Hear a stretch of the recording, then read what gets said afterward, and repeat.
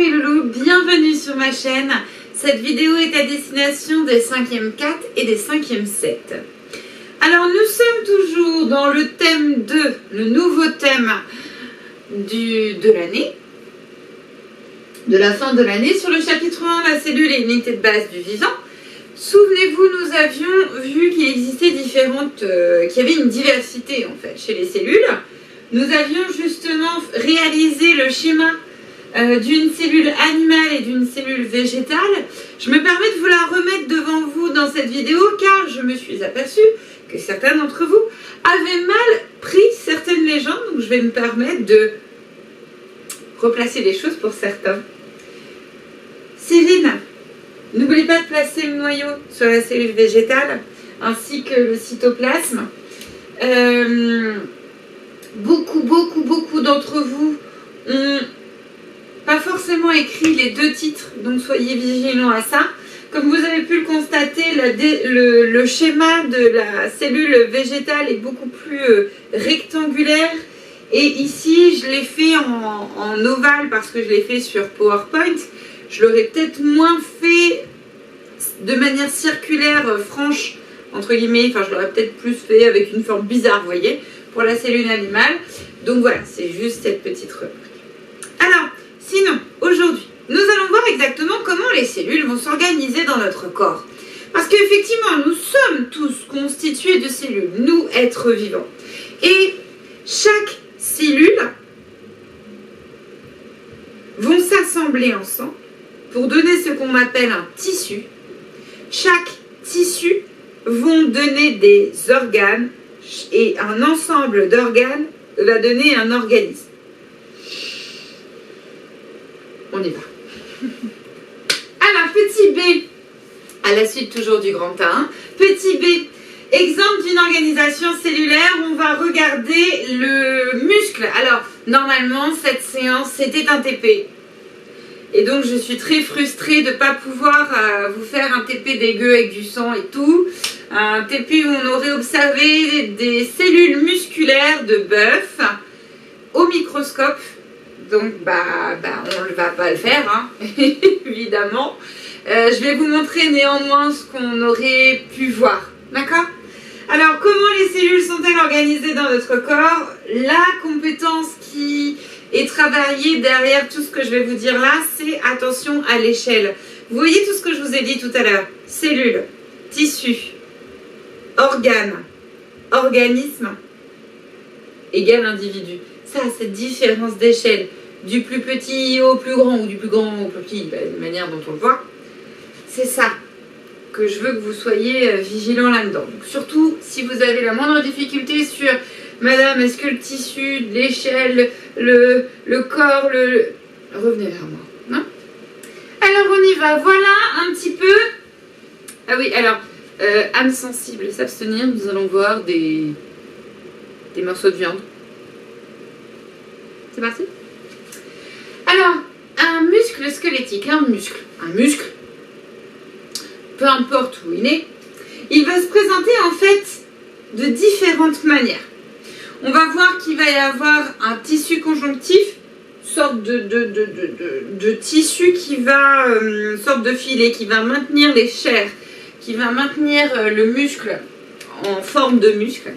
Il va y avoir bien sûr des vaisseaux sanguins, il va y avoir l'ensemble des tissus nerveux, etc. Nous allons voir tout ça. Alors, si je prends du coup une patte, je vais ensuite voir au niveau de la tranche différentes parties. Bon, là, spontanément, si je vous demanderais de légender cette photo, assez rapidement, vous me diriez que ça, c'est... et que ça, c'est... L'os et le muscle. D'accord. Bon. Jusque-là, ok. On peut voir qu'un muscle est rattaché à un os. Bon, rattaché comment, par quoi ? Le tendon. Le tendon va permettre justement d'attacher le muscle d'un os. Alors, un tendon, c'est assez rigide. Hein.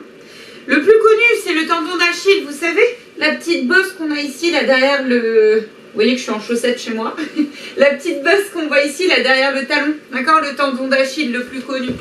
Ok, mais en fait, il y en a de chaque côté du muscle. Souvenez-vous quand nous avions fait quand nous avons tenté de faire, je parle pour les 5e 4, parce que c'était pas simple du tout cette séance, nous avions essayé de faire un modèle avec des papiers, des bouts de ficelle, etc.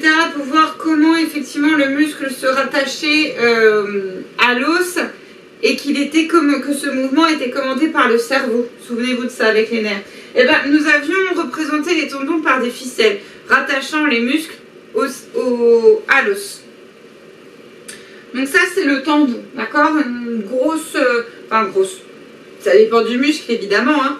Mais pour vous donner un petit peu la rigidité que pourrait avoir un tendon, si vous prenez un stylo bille, vous voyez un stylo bille classique, vous enlevez la mine du tube transparent, là vous voyez la petite partie blanche là où à l'intérieur il y a l'encre. Et bien quand vous le bougez comme ça, vous sentez c'est rigide, mais vous arrivez à le bouger quand même. Ben c'est un peu ça, un petit peu la texture, la rigidité, la flexibilité en même temps du tendon. Vous voyez ce que je veux dire? Alors, ensuite, nous continuons à disséquer finalement notre muscle. Là, je vais au fur et à mesure découper la chair et je me rends compte que je vais avoir des amas de chair ensemble qui vont être retenus par quelque chose que je vais devoir couper qu'on appelle le tissu conjonctif. Vous voyez, le tissu conjonctif, par exemple, il est là. Et donc, au fur et à mesure, en donnant un coup de couteau, on va pouvoir détacher au fur et à mesure les muscles. Et puis, si on regarde comme ça, ici, on peut voir que ça fait comme des fibres, comme des lames, un peu comme voilà, une espèce de chair longiforme, vous voyez. Et d'ailleurs, on le voit bien quand on cuit un steak, on le voit bien cette fibre. Il faut cuire et couper dans le sens des fibres, non? Et donc, on va avoir voilà, ce tissu conjonctif. Et je vais continuer à zoomer pour voir justement mes fibres. Alors, mes fibres, les voici. Donc, je vais avoir un ensemble de fibres. Et c'est ça qui m'intéresse. Ces fibres sont constituées de quoi? J'en prends un petit bout. Je vais commencer par le découper vraiment en tout petit morceau que je vais déposer sur une lame pour l'observer au microscope. Et je vais vraiment prendre un tout petit morceau. Et je vais faire ce qu'on appelle délacérer, c'est-à-dire donner des coups de lame sur mon petit bout de chair, mon petit bout de fibre. Et je vais ensuite écraser avec une deuxième lame, nous aurions dû ensuite écraser avec une deuxième lame pour faire en sorte que la chair qui aurait été visible au microscope soit la plus fine possible, pour que du coup, la lumière qui est en dessous va passer, pour qu'ensuite on puisse voir au microscope. On met du colorant, parce que sinon on ne voit pas grand-chose, et du coup, on observe ça.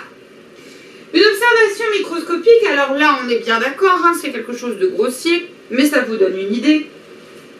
Nous aurions eu effectivement l'ensemble des tissus conjonctifs, nous aurons vu aussi des sortes de tubes, des vaisseaux sanguins, et nous aurons vu aussi un amas complètement blanc, pas du tout coloré, le tissu conjonctif.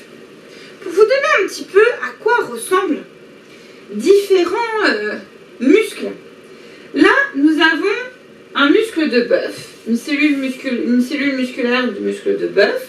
Là nous avons muscle d'humain, muscle de truite, l'ensemble de truite, et de truitelle.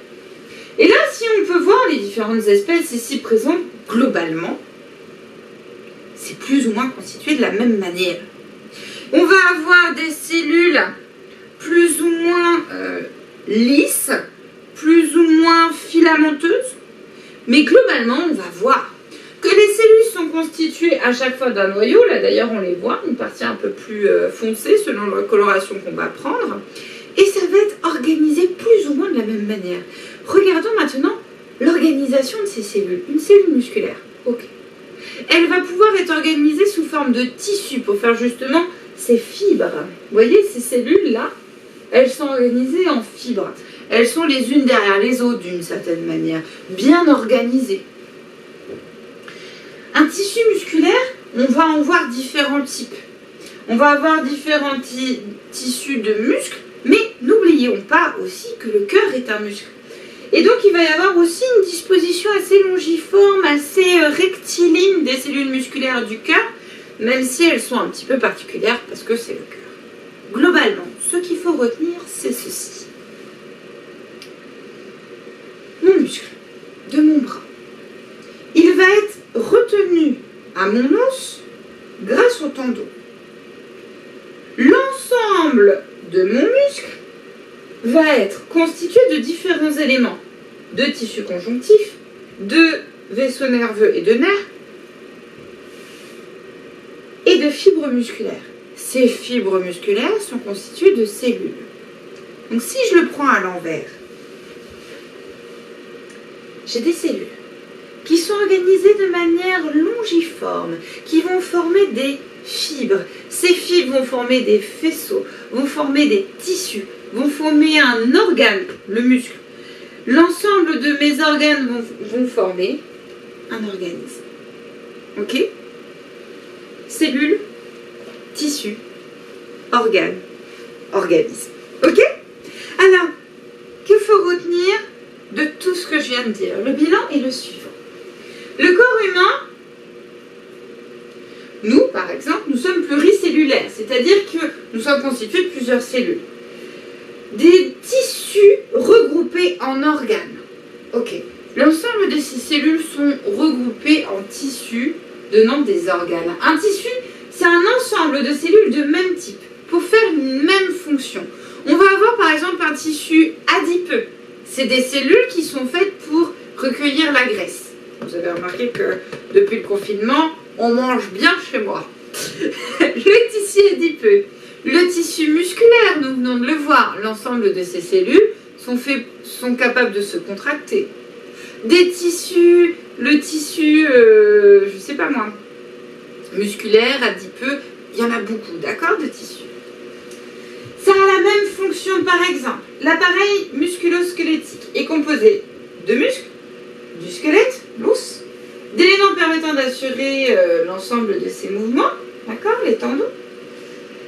Les muscles, c'est donc un organe constitué de tissus musculaires, de tissus conjonctifs et de tissus nerveux. Les tissus musculaires sont constitués de cellules nerveuses qui sont capables de se contracter. Je vous laisse écrire ce bilan.